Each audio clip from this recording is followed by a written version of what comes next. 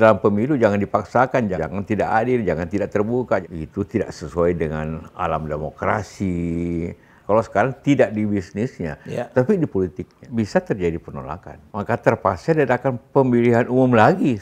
Apa pandangan Pak JK hari ini? Nah, itu biasa di Golkar itu. Isu-isu banyak, gosipnya banyak.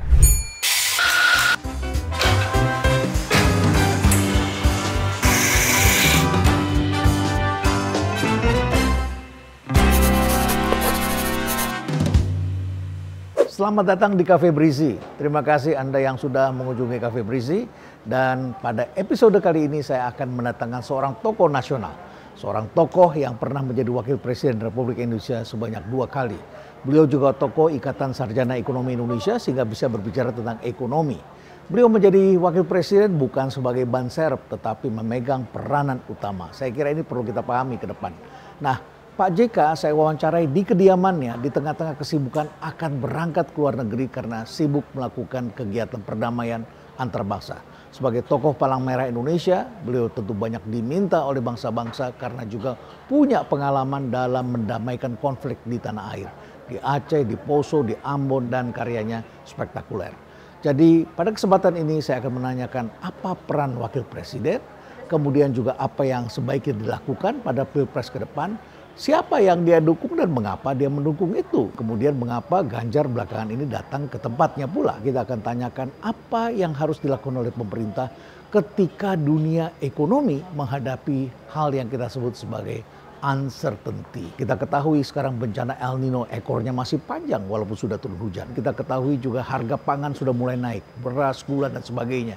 Kemudian terjadi proses geopolitik dan apakah pemerintah masih bisa melakukan spending seperti masa-masa sebelumnya? Apa yang dilihat oleh Pak JK kita akan saksikan bersama. Mari kita ikuti episode bersama dengan Yusuf Kala. Terima kasih Pak JK sudah menerima kami. Dan masyarakat banyak yang bertanya, apa yang terjadi belakangan ini dengan Golkar Pak? Pada waktu itu Erlangga sempat ramai diberitakan, tapi setelah itu kasusnya tenang. Apa yang terjadi sebenarnya di Golkar Pak belakangan? Ya, Golkar memang pertama menginginkan Ketua Golkar menjadi calon presiden. Calon presiden. Kemudian turun menjadi calon wakil presiden. Tapi kemudian juga tidak berhasil.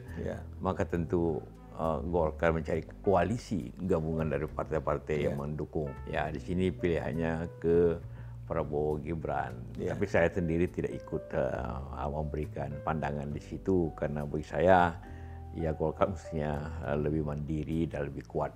Apa cukup kuat Pak belakangan ini? Ya tentu kenyataannya secara organisasi tetap merupakan partai nomor 2 di Indonesia. Tapi peranan politiknya tidak sebesar itu. Kemudian pada waktu belum berhasil menjadi calon presiden, timbul gangguan di dalam, ada goncangan-goncangan di dalam. Nah, itu biasa di Golkar itu. Tiap kali mereka minta munaslup kalau ada yang salah gitu kan. Ada yang mengatakan katanya kalau untuk memenangkan Golkar biayanya mahal sekali Pak. Betul, pimpinan Golkar itu sudah terbiasa dibawa ke arah seperti itu. Hanya menjadi hal yang lumrah. Kalau ada yang mau didukung, dia harus banyak mengeluarkan biaya untuk mendukung. Biaya Munas lah, biaya masing-masing daerah yang tidak murah. Tidak murah. Lantas juga ada diberitakan salah seorang Menko itu kemudian sudah dipersiapkan untuk menggantikan Erlangga. Bapak juga mendengar itu? Ya itu isu-isu banyak. Isu-isu banyak, gosipnya banyak, tapi kenyataannya gimana? Tadi Bapak mengatakan Bapak tidak ikut ketika Golkar di bawah kepemimpinan Erlangga berkoalisi dengan Prabowo dan Gibran. Kemudian beberapa waktu yang lalu kami melihat di berita Ganjar Pranowo kemudian datang menemui Bapak. Tapi setelah itu, setelah keluar dari ruangan mengatakan kelihatannya Pak JK tidak mendukung saya. Apa yang terjadi sebetulnya? Ya, Pak Ganjar mengatakan kita berbeda pilihan. Ya tentu artinya sama, tidak mendukung dia. Tapi saya bilang saya tentu punya pilihan pribadi untuk calon yang akan datang. Walaupun dalam memenangkan seseorang itu tentu saya tidak bisa terlalu terbuka karena saya ini ketua PMI yang harus netral. Ya, ya. Palang Merah Indonesia. Ya, ketua Dewan Masjid, saya Dewan Masjid, ya. menginstruksikan organisasi untuk netral dalam sebagai organisasi. Ya. Tapi sepribadi masih boleh. Ini menarik karena Bapak sebagai ketua Dewan Masjid bahwa masjid juga pernah digunakan untuk kampanye begitu ya. Dan kemudian Bapak menjelaskan tidak demikian. Apa pandangan Pak JK hari ini? Masjid memang baik dalam pendirian kita itu adalah sarana ibadah, sehingga jangan nanti terjadi masjid di tempat kampanye supaya jangan masyarakat atau jamaah masjid itu pecah. Sebagai pilihan pribadi sekali lagi boleh. Kalau mau ingin berkampanye memakai diskusi pilihan-pilihan silakan di luar masjid seperti itu. Jangan di dalam masjid. Jangan di dalam masjid. Ya. Dan itu juga sesuai undang-undang. Oh, sesuai undang-undang. Ya, tempat ibadah, tempat pendidikan tidak boleh dipakai tempat kampanye. Misalnya seperti saya katakan tadi, jangan menyebabkan pilihan berbeda itu masuk ke masjid supaya masjid jangan terpecah. Dalam hal politik kita lebih khususkan, walaupun rumah ibadah itu boleh dipakai untuk berdiskusi masalah-masalah sosial, tapi jangan dipakai kampanye. Jangan boleh berbicara apa pilihan Anda, tapi jangan mengajak orang mengikuti kita di dalam jemaah atau rumah ibadah apapun. Pak JK juga menarik dengan statementnya belakangan ini. Pak JK mengatakan bahwa Jokowi itu bagus pertamanya, tapi buru-buru Pak JK mengatakan bukan karena ada saya loh di situ. Tetapi ini belum 10 tahun, demokrasi sudah seperti ini. Ya, seperti ini itu maksudnya bagaimana, Pak? Jadi saya melihat adalah tepat sebenarnya bahwa presiden itu jangan lebih daripada 2 periode, artinya 10 tahun. 10 tahun ya, dibatasi. Ya, dibatasi. Ya. Kenapa? Seperti zaman Pak Harto, zaman sekarang. Umumnya awalnya itu keluarga itu masih keluarga muda gitu kan ya. Anak-anak masih mungkin SD, masih kecil. Dia belum ada minat untuk bisnis, belum ada minat untuk masuk dalam bidang politik. Jadi masih netral lah kalau gitu. Tapi kalau 10 tahun, anak-anak biasanya sudah mulai beranjak dewasa gitu. Kepentingan-kepentingan politiknya, kepentingan bisnisnya mulai digarap orang-orang atau dia sendiri. Itu merusak alam demokrasi di situ karena ada keberpihakan daripada keluarga itu. Karena itu apa yang terjadi, saya katakan, oh ternyata zaman sekarang Pak Jokowi lebih cepat daripada 10 tahun. Maksudnya sudah lebih cepat apanya, Pak? Lebih cepat gerakan upaya keluarga itu untuk juga tetap masuk politik dengan dukungan dari kekuasaan orang tuanya. Seperti yang terjadi sekarang. Bagaimana Pak Jokowi mendukung Gibran, semua orang tahulah bahwa itu tidak sesuai dengan alam demokrasi, terjadi pelanggaran di MK dan sebagainya. Dan itu bisa merembet tidak hanya pada aspek politik, tetapi juga pada aspek bisnis. Ya tentu, kalau zaman Pak Harto lebih kepada bisnis. Selama dia tidak memakai kekuasaan untuk itu. Atau sama dengan juga jangan memakai kekuasaan politik bapaknya untuk menonjolkan atau memberikan kekuasaan baru kepada putranya. Kalau dia berusaha sendiri, ya silakan. Pada waktu itu kita saksikan apa saja, Pak? Barangkali bisa kita list ya. Pertama, perbankan kita juga jadi rusak. Karena semua dipakai berlebihan lah. Ekonomi menjadi distortif. Distortif. Ada monopoli tertentu. Ingat monopoli cengkeh, monopoli dalam bidang konstruksi, jalan tol, macam-macam. Tapi monopoli berbagai bidang. Dan puncaknya adalah sektor perbankan kita kolaps. Waktu itu karena dipakai berlebihan. Ingat itu ada mobil nasional diberikan kepada keluarga kita dibawa anaknya. ke WTO pada waktu itu. Itu macam-macam lah upaya-upaya seperti itu. Nah, kalau sekarang tidak di bisnisnya, tapi di politiknya. Semua upaya yang bersifat otoriter dalam bidang tertentu atau monopolistik dalam bidang ekonomi akan merusak. Pak JK ini kan juga sebagai salah seorang tokoh di ISEI. Saya berapa kali mendengarkan ceramah Pak JK dan memberikan pandangan-pandangan tentang ekonomi. Kalau melihat sekarang, Bapak juga sempat menyinggung masalah hilirisasi. Apa sebetulnya yang dikhawatirkan dari hilirisasi? Hilirisasi itu kalau sekarang istilah istilah umum yang dipakai sejak dulu industrialisasi. Industrialisasi. Ya bagi kita ekonomi itu artinya memberikan nilai tambah. Ya kan? Itu hal yang harus dilaksanakan oleh setiap negara untuk memperkuat nilai tambahnya, ekspornya, employment, diberikan seperti itu, dan kegiatan-kegiatan lainnya di masyarakat yang tumbuh karena industri itu. Tidak ada negara yang maju tanpa industri seperti itu. Namun jangan seperti apa yang digambar-gambarkan pada dewasa ini, hilirisasi atau industrialisasi, tapi terjadi semacam monopoli dan juga selalu memberikan suatu kebebasan dan juga memberikan insentif yang berlebihan kepada sekelompok pengusaha. Ya hampir semuanya berasal dari Cina gitu. Seperti nikel semuanya. Kita mempunyai kekayaan nikel yang terbesar di dunia. Namun 90% dikelola oleh pengusaha-pengusaha dari Cina dengan pajak hanya 1%, dengan kemudian memperbolehkan tenaga kerja yang puluhan ribu masuk. Mereka bangun sendiri di sini. Bangun sendiri dan kemudian diekspor sendiri ke negaranya, sehingga yang kerja mereka, yang punya mereka, yang membangun mereka, dan kemudian menguasai hasil hilirisasi itu. Kita mendapat apa? Kita mendapat kerusakan lingkungan luar biasa. Luar biasa. Kalau Anda ke Sulawesi Tenggara dan ke Sulawesi Tengah, itu lingkungan luar biasa rusaknya. Kemudian kita hanya mendapat bahagian daripada pekerja-pekerja yang lebih rendah dibanding dengan penghasilan datang itu, sehingga UMR saja yang berlaku. Memang ada pengusaha-pengusaha nasional yang mendapat pendapatan yang baik, kekayaan baik dari hasil izin tambangnya. Jadi hilirisasi ini belum bisa dinikmati oleh bangsa kita sendiri? Tidak 100%, hanya lebih banyak dikuasai atau dinikmati. Untuk dibawa lagi ke sana dan juga oleh pekerja mereka yang datang ke sini. Itu real ya Pak JK? Real. Kalau Anda ke Sulawesi Anda akan lihat itu. Tapi ujungnya, kemana pendapatan nilai tambah itu pergi? Kemana hasil itu yang dikatakan berlipat-lipat itu dinikmati? Ada yang mengatakan Pak JK, hilirisasi itu sebetulnya kita belum siap.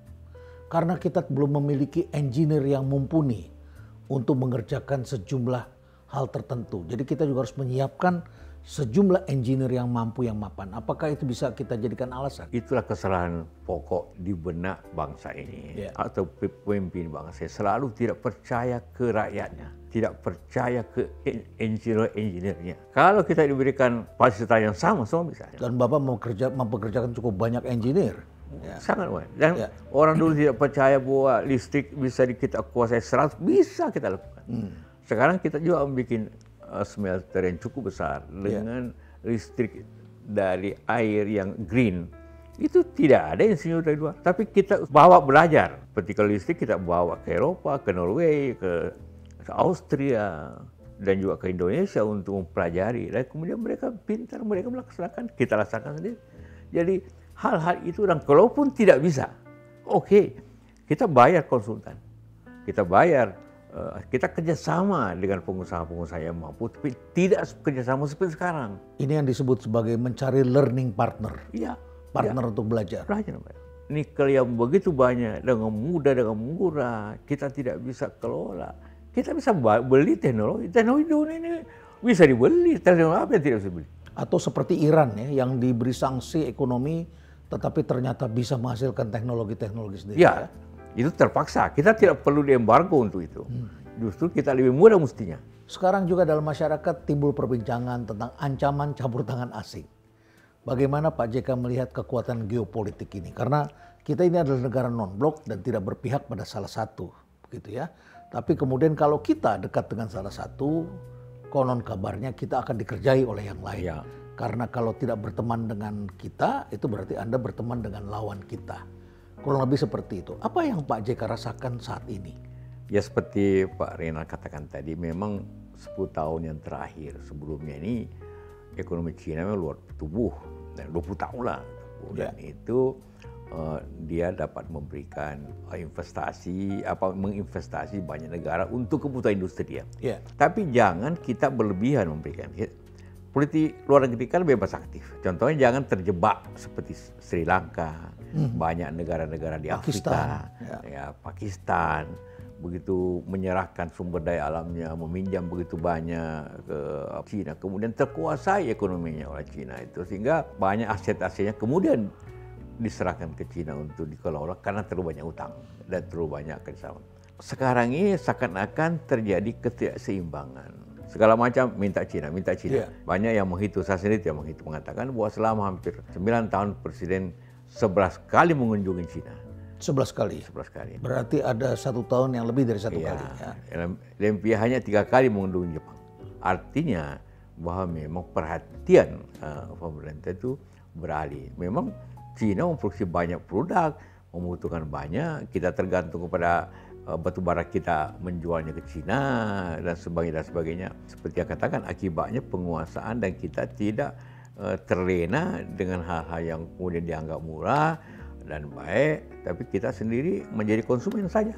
Ya, Pak JK, tadi saya ingin kembali tadi yang 10 tahun itu, Pak Jokowi belum 10 tahun, kemudian kita sudah merasakan demokrasi kita seperti apa. Apa kekhawatiran kita tentang demokrasi ini hari ini? Demokrasi adalah sistem, hanya bukan tujuan. Bukan tujuan ya. Itu untuk mencapai tujuan tetap tujuan fundamental kita masyarakat adil makmur, makmuran, keadilan. Nah, demokrasi yang dijalankan dengan sistem sekarang itu dengan memakai kekuasaan mencapai tujuan-tujuan kepemimpinan, sistem, maka berarti sistem demokrasi yang dari rakyat untuk rakyat dengan 3 pilarnya, eksekutif, legislatif, yudikatif, itu tidak tercapai. Semua itu terkuasai. 3 lembaga itu dipengaruhi. Tidak dia independen 3 lembaga ini, akan muncul ketidakadilan. Ketidakadilan, ya. Belakangan ini juga ramai membicarakan tentang keterlibatan aparat. Dan Bapak pernah mengatakan ini bisa terjadi namanya politik ancaman. Dan dengan begitu maka kita bisa menyaksikan hukum dijadikan alat untuk kemenangan. Bukan rahasia lagi bagaimana aparat kepolisian, aparat pemerintah daerah itu membawa masyarakat itu kepada pilihan-pilihan yang terarah. Tidak memberikan kebebasan untuk memilih. Ataupun dengan ancaman, bukan rahasia umum lagi tentu bagi kita semua kita dapatkan tiap hari keluhan seperti itu, dan itu menyebabkan nanti demokrasi itu tidak berjalan dengan baik. Kalau demokrasi tidak berjalan baik, maka kembali otoriter yang kita sebenarnya waktu reformasi memperjuangkannya untuk tidak seperti itu.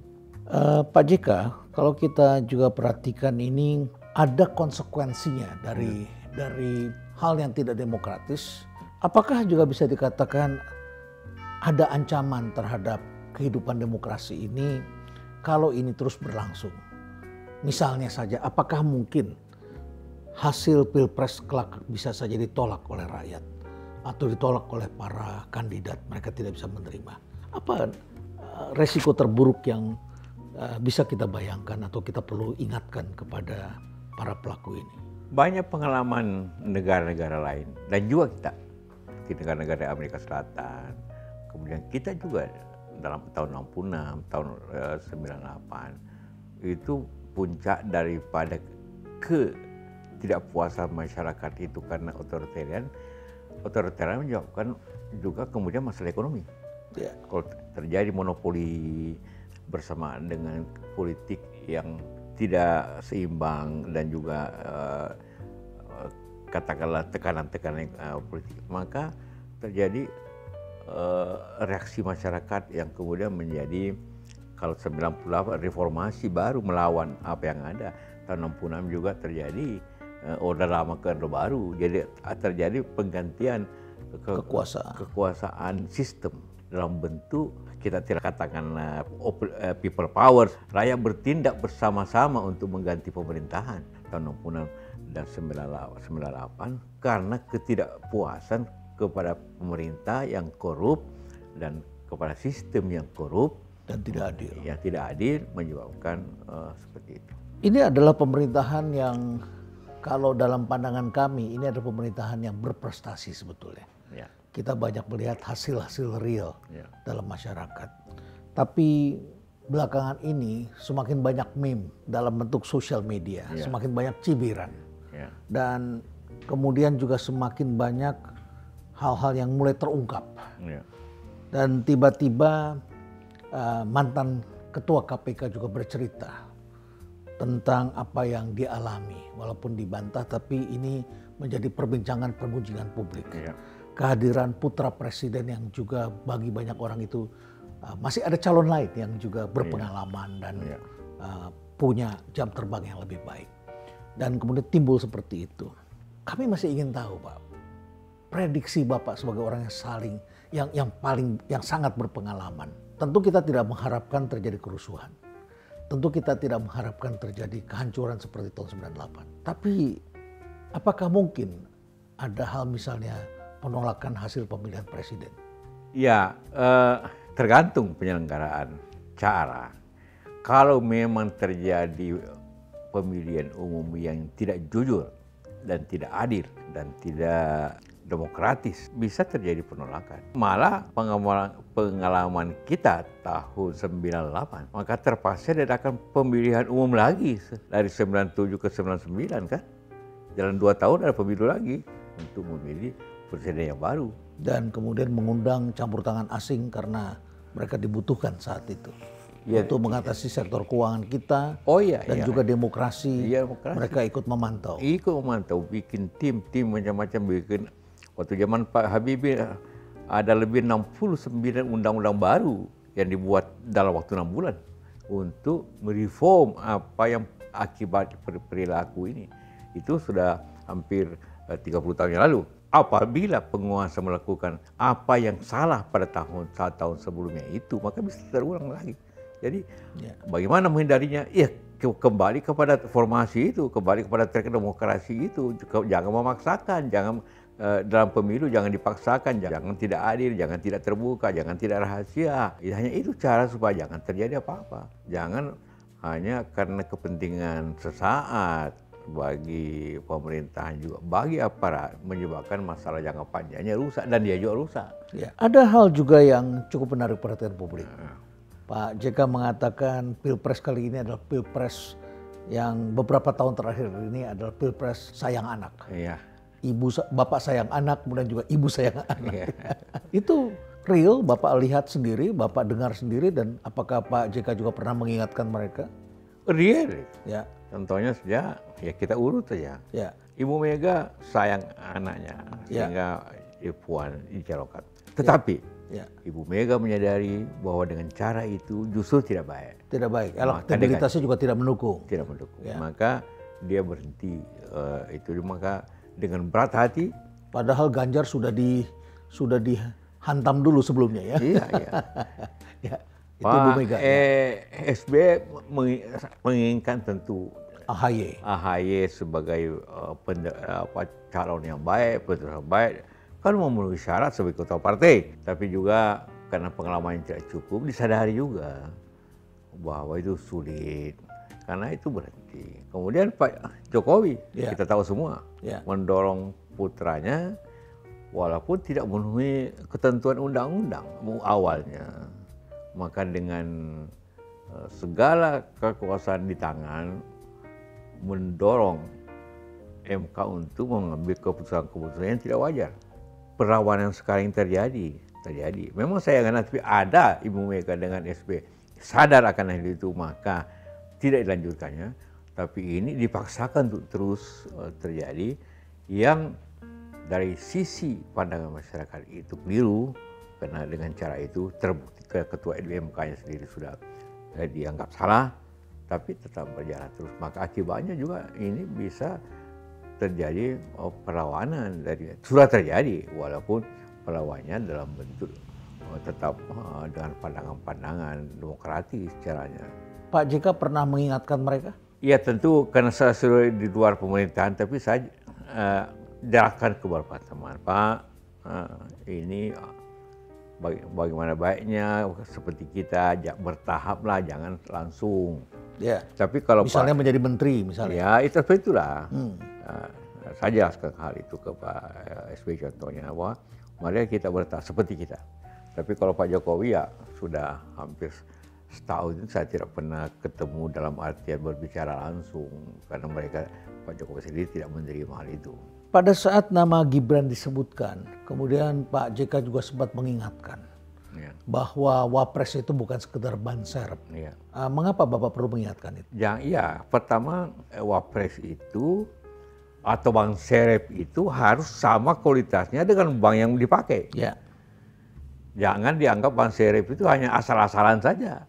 Karena setiap saat ban serep itu kalau banyak kempis yang lainnya, ban itu harus dipakai. Ini harus dipakai. Ya, berarti ban serep itu kualitasnya harus sama dengan ban yang dipakai. Itu justru kita harus bekerja, berdedikasi sama dengan, tapi kita mempunyai kemampuan. Jadi bukan soal umur, soal kemampuan. Tapi dianggaplah bahwa kalau Anda ingin punya kemampuan, Anda harus punya pengalaman. Karena pengalaman itu dibutuhkan cukup lama, maka diputuskan bahwa ini maksud pengalaman itu apabila Anda berdedikasi sudah sampai umur sampai 40 tahun. Jadi bukan umur yang 40-nya penting, tapi pengalaman sampai 40 tahun itu yang penting. Undang-Undang Dasar mengatakan wakil presiden itu membantu presiden. Apa yang disebut membantu? Ya kan bekerja. Waktu saya dengan Pak SBY, kita ada kesepakatan. Oke, saya wakil, tapi saya akan bantu Bapak melaksanakan pelaksanaan bidang ekonomi. Karena itu zaman tahun 2004 sampai 2009 itu hampir semua masalah-masalah ekonomi saya tangani. Karena itu merupakan bahagian seperti itu. Kalau Pak Jokowi lain lagi caranya, segala macam dirapatkan dan kita ikut pemerintahan itu. Jadi karena Bapak punya kemampuan dan pengetahuan yang cukup baik dalam ekonomi, Bapak sering memberikan dan kemudian mengarahkan begitu ya. Kalau tidak salah satunya adalah soal subsidi BBM dulu ya. Itu salah satu yang pengurangan subsidi BBM, artinya menaikkan harga BBM saya lakukan semua pemerintahan yang ada. Pak, saya ingin mengutip apa yang disampaikan oleh Joseph Stiglitz, penerima hadiah Nobel tahun 2001. Dia pernah mengatakan bahwa yang membedakan negara berkembang dengan negara maju bukan disparitas dari sumber daya, tetapi disparitas dari pengetahuan dan institusi. Kalau kita lihat seperti ini, kita tentu harus memperbaiki institusi kita. Termasuk institusi penegakan demokrasi, hukum, keadilan, dan lain sebagainya. Bapak sepakat dengan apa yang dikatakan oleh Stiglitz? Oh ya pasti. Contohnya kan jelas sekali. Singapura negara kecil, tapi dia mempunyai tingkat pendidikan dan juga penguasaan teknologi, lembaga-lembaga yang jujur, negaranya maju. Jepang tidak punya kekayaan sumber daya alam yang ataupun, tapi dia punya sumber daya manusia dan kelembagaan yang kuat sehingga dia jauh lebih makmur dari kita. Katakanlah Kongo ya. Kongo. Itu sumber daya alamnya luar biasa. Emas, berlian, minyak sekarang ini. Angola. Angola. Tapi tidak bisa mencapai kemakmuran. Jadi institusi ini memang harus kita perbaiki dan di masa Pilpres ini tentu kita harapkan institusi ini bisa menunjukkan ketangguhannya dalam menghadapi kepentingan-kepentingan. Penguasaan institusi itu asal mulanya ialah kemampuan sumber daya manusia dari pendidikan. Jadi ujung daripada itu pendidikan yang baik. Dan kemudian ketaatan pemimpinnya untuk melaksanakan lembaga-lembaga sesuai dengan tugas-tugas dan kemampuannya. Pak JK juga pernah menelpon Sri Mulyani akhir tahun lalu. Ketika beberapa kali beliau menyampaikan ada ancaman resesi. Kemudian Bapak ingatkan. Pada waktu itu saya juga sependapat, saya bilang Indonesia tidak seperti itu dan tidak sama dampaknya dengan negara lain. Dan Bapak ingatkan. Bisa diceritakan mengapa Bapak ingatkan? Ya karena saya melihat penanganannya keliru. Jadi teman-teman kita yang di Sri Mulyani, Bank Indonesia waktu itu mungkin kalau belajar dari textbooknya di Amerika menangani seakan-akan Indonesia itu mempunyai kebijakan sama di Amerika, mempunyai kemampuan seperti dolar. Jadi akibatnya setiap kali terjadi inflasi atau naiknya suku, yang pertama diambil menaikkan bunga. Menurut saya itu yang keliru. Menyedot uang dan mengurangi inflasi. Menganggap Kalau bunga rendah, rupiah pergi. Kemana rupiah pergi? Saya bilang, you kasih 0% bunga, tetap rupiah dalam negeri. Berbeda kalau dolar. Yeah. Kalau dolar, you kerendahkan bunga, dia pergi ke daerah yang bunga tinggi. Rupiah tidak. Anda jangan berpikir dolar, saya bilang. Anda berpikir rupiah dong. Sehingga jangan ekonomi rusak karena itu. Kalau Anda naikkan bunga, maka inflasi, itu yang terjadi kesalahan besar pada tahun 98. Bahwa berpikir gaya IMF, kalau terjadi inflasi, naikkan bunga supaya uang masuk. Uang masuk kemana? Tetap aja ke Bank Indonesia. Mau 0 sampai 100% bunga, tetap aja dalam negeri. Beda dolar. Jangan berpikir dolar, saya bilang. Jadi, saya katakan seperti itu.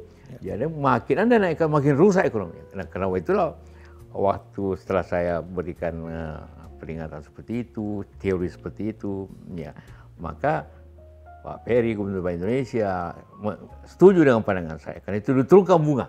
Saya hitung sendiri papan, jangan kau harus bikin bunga deposito jangan lebih dari 2%, supaya bunga hanya sampai 5%. Jadi jangan membuat rezim bunga mahal. Harus rupiah ini harus dengan bunga murah, baru Indonesia bisa maju. Nah, dan kedua juga kalau soal tadi telepon itu saya katakan sama Ani ini, jangan sebagai Menteri Keuangan Anda selalu takut-takuti orang. Berikanlah rasa optimis. Karena kita tidak akan resesi kalau Anda tidak bikin resesi. Jangan, kalau Anda naikkan bunga kan terjadi resesi, karena produktivitas akan turun, daya saing kita akan turun. Maaf Pak JK, di lain pihak tentu kita juga perlu mempertimbangkan federal fund rate. Jadi tingkat bunga pinjaman yang berlaku yang dikeluarkan oleh the Fed di Amerika. Karena kalau tidak kita perhatikan itu, rupiah kita akan jebol dibandingkan dengan dolar. Di mana kira-kira titik tengahnya yang perlu kita jaga? Kebijakannya bukan hanya berhenti di bunga murah. Kebijakan lain harus, you mesti kontrol dolar. Jadi jangan seperti kita negara liberal, keuangan begini hebat. Capital flight. Capital flight. Ya. Jadi saya bilang semua ekspor wajibkan harus masuk dalam negeri dalam bentuk aturan, sehingga mereka ditukar dengan rupiah. Seperti apa yang dilakukan oleh Thailand contohnya, dan Malaysia. Saya berikan contoh di bulan negeri. Thailand begini, Malaysia begini. Dan mereka selamat. Seperti itu. Jadi jangan, sekali lagi, kesalahan utama kita berpikir gaya ekonomi Amerika. Harus berpikir ekonomi Indonesia. Dan itu harus komprehensif. Jangan, jadi tidak berdiri sendiri satu. Tidak ada urusannya Fed. Karena kita mempunyai kelebihan sumber daya alam. Dia orang perlu ekspor. Tapi kalau seperti ini, you bebaskan. Hari ini batu bara keluar dan juga dolarnya, devisanya masuk ke Singapura. Itu salah gitu kan. Paksakan masuk dengan aturan. Dan ini orang nanti pengusaha tidak senang. Tidak apa-apa, dia mau apa? Kalau industri jangan. Tapi kalau sumber daya alam kontrol sebesar-besar. Karena itu sumber kekayaan kami ke bawah. Jadi dua hal yang selalu saya kemukakan dalam waktu saya di pemerintahan. No, kebijakan bunga murah dan kebijakan kontrol devisa. Dan itu berjalan pada waktu. Berjalan pada waktu akhir. Sekarang juga kita tahu, walaupun tidak seberani apa yang saya katakan, sekarang hanya bisa dolar itu hanya 3 bulan harus hasil ekspor dikontrol.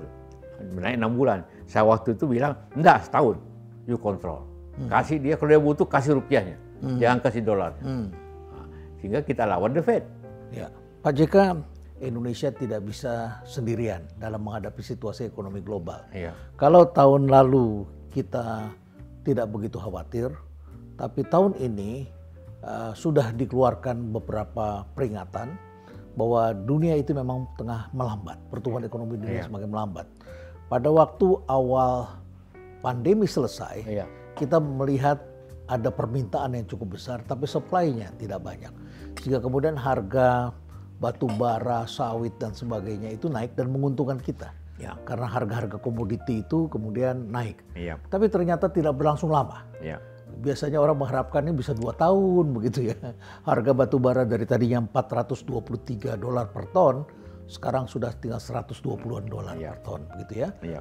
Cepat sekali. Ya, 2 tahun. Ya, singkat sekali ini begitu terjadi penurunan begitu ya. Dan banyak orang yang khawatir pertumbuhan ekonomi dunia yang tadinya sudah diprediksi 6% karena selesai pandemi, kemudian sekarang diprediksi tinggal 3%. Yeah. Sehingga kalau tadinya dikatakan tidak ada resesi ekonomi global atau karena terjadinya hanya di negara Eropa, banyak yang mulai berpikir ini juga bisa merembet ke dekat-dekat kita karena ada beberapa hal sekaligus. Ada bencana El Nino yang cukup panjang kemarin, dan kita ketahui El Nino itu juga telah memicu terjadi pergantian presiden 2 kali, tahun 64 dan juga tahun 1998 itu terjadi El Nino ya, cukup panjang. Tapi sekarang kita dapat beras, kita beli beras dalam jumlah cukup besar, sudah cukup naik, dan sekarang gula naik. Sekarang ada ditambah kompleks persoalan di Gaza. Kemudian sekarang kita lihat terjadi deglobalisasi, semua bangsa memproteksi TKDN, tingkat kandungan dalam negeri. Ditambah lagi konflik, ditambah segala macam. Apa yang bisa Pak JK sarankan melihat ekonomi kita ke depan? Benar apa yang Pak Renal katakan, bahwa memang justru waktu COVID itu kita mempunyai keberuntungan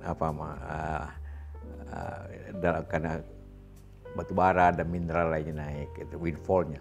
Jadi windfall yang luar biasa, sehingga ada nah sekarang windfall itu tidak lagi, dalam pihak kita punya pengeluaran tidak berubah. Nah ini masalah pengeluaran jadi akhirnya kalau pengeluaran tidak berubah, maka yang terjadi defisit kan. Yang bisa dirubah dalam keadaan defisit itu hanya anggaran pembangunan. Anggaran rutin, gaji, biaya-biaya lainnya, utang. Itu tidak bisa. Tidak bisa dirubah. Itu terikat kita. Terikat itu. Maka yang bisa yang terjadi sekarang dirubah ialah anggaran pembangunan.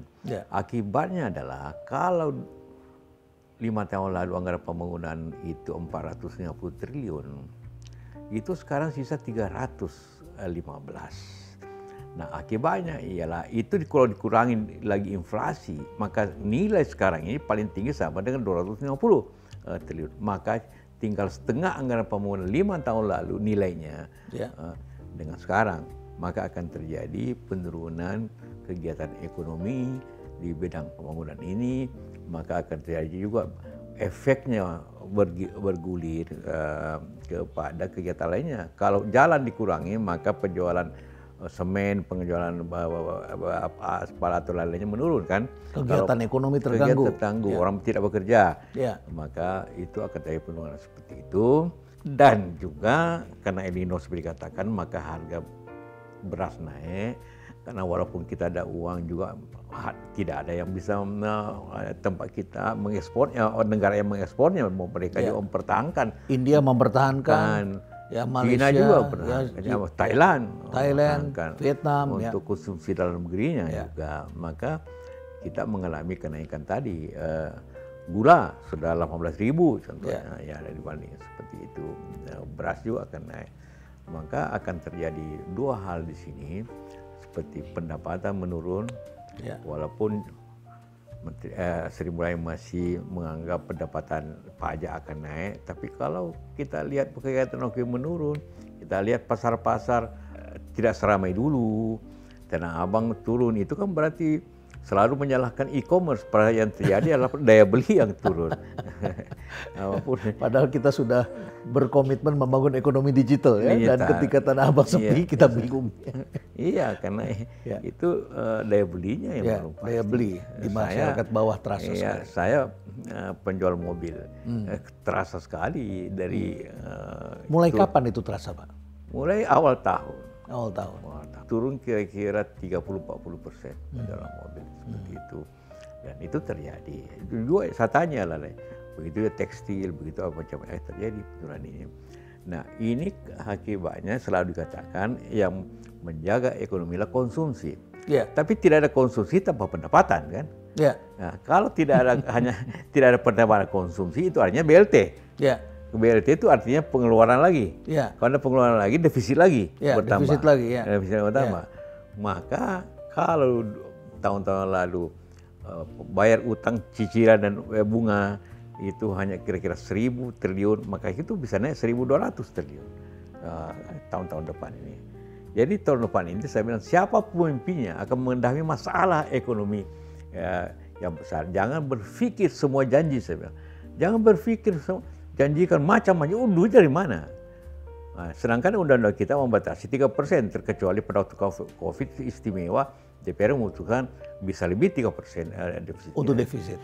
Pak JK, konsumsi Indonesia itu adalah sekitar 53% hari ini dari pendapatan nasional kita. Jadi ini motor penggerak ekonomi yang penting, consumption ini ya. Ini adalah consumer nation begitu Indonesia ya. Nah, terus kemudian ada persoalan-persoalan seperti ini yang dunia berubah. Tentu kita mendukung sesuatu yang masuk akal. Tapi ketika dunia berubah pun kita harus beradaptasi, menyesuaikan diri. Dapatkah dikatakan bahwa salah satu solusinya adalah berhemat atau menunda investasi atau tindakan-tindakan pembangunan yang barangkali waktunya sedang tidak berpihak, jadi kita harus lebih pandai. Jadi katakanlah kalau tadinya kita tidak membeli alutsista, dan kemudian sekarang membeli alutsista dan menambah hutang, itu menambah beban.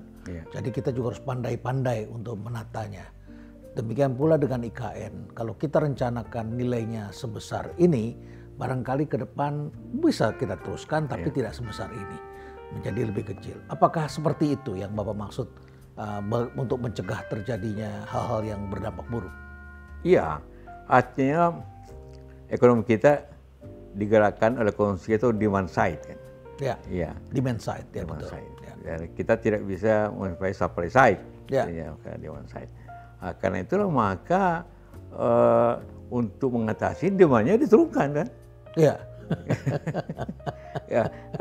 Diturunkan. Nah, artinya demand itu ya seperti hal-hal yang bukan pokok, ya seperti alutsista yang diimpor begitu banyak. Dan ini menimbulkan kepusingan saya lihat dari Menteri Keuangan. Basic pikirannya tentu kita setuju bahwa kita butuh pertahanan yang kuat. Tapi karena itu awalnya tadi berpikirlah seperti bagaimana Hamas berbuat itu dalam keadaan sulit. Kenapa kita? Siapa nama saya waktu bikin Panzer? Bisa kita bikin dengan harga 50%. Saya lihat pameran pertahanan kita, bikin peralatan, semua bisa bikin dalam negeri. Dibuat oleh Pindad, dibuat oleh swasta, kasih swasta. Dan swasta juga bisa terlibat. Bisa. Kalau pemerintah menawarkan roket, kita bisa bikin roket.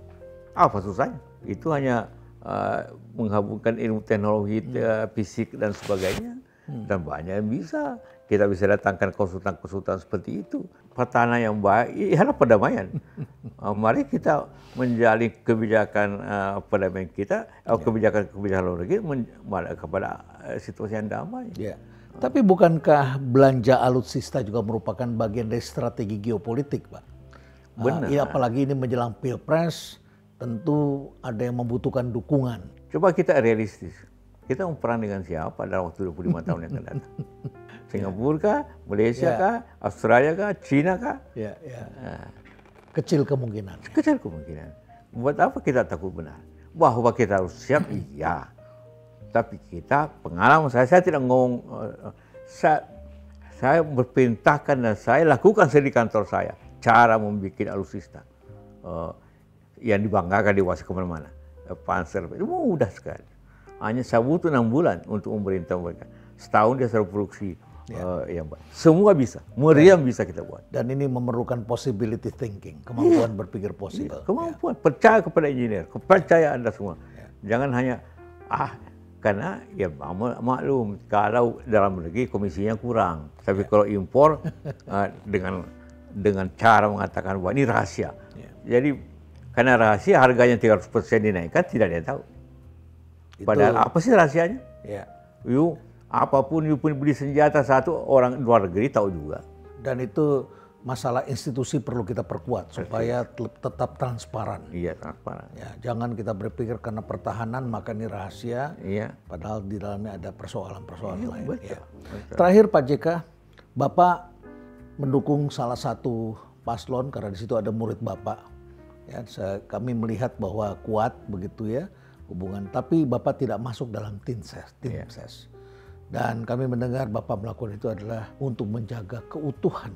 Apakah Bapak melihat ada potensi keretakan sehingga diperlukan kehadiran kita sebagai juru damai, sebagai penjaga terakhir yang justru ini sangat dibutuhkan ke depan? Ada saja kemungkinan keruntuhan itu kalau ada satu pihak yang tidak adil dalam pelaksanaannya. Jadi kan ada dua di sini, ada peserta pemilu, ada pelaksana pemilu, dan pengawas pemilu. Kalau maka pesertanya harus fair, tapi yang lebih harus fair pelaksananya. Kalau salah satunya ada yang tidak fair, ada tidak jujur, maka bisa terjadi masalah. Dan itu ancaman keretakan. Ancaman. Dan itu pengalaman yang ada, saya katakan bisa terjadi. Prinsip-prinsip sejak dulu itu kita harus pegang. Begitu ada yang melanggar, akan terjadi ketidakadilan. Dan ketidakadilan akan memicu kepada protes daripada masyarakat. Protes apabila membesar akan menjadi konflik. Dan kita sudah mengalami membangunnya membutuhkan waktu yang panjang. Tahun 98 itu kalau tidak salah baru tahun 2006-2008. Para pengusaha mulai merekrut kembali pegawai. Sebelumnya justru lebih banyak merumahkan pegawai, bail out, merger, dijual perusahaan. Baru 10 tahun kemudian kita mulai bangkit kembali rasa percaya diri kita. Efeknya besar. Efeknya besar. Baik Pak JK, sebuah percakapan yang sangat menarik. Kita bicara mulai dari aspek politik, ke perdamaian.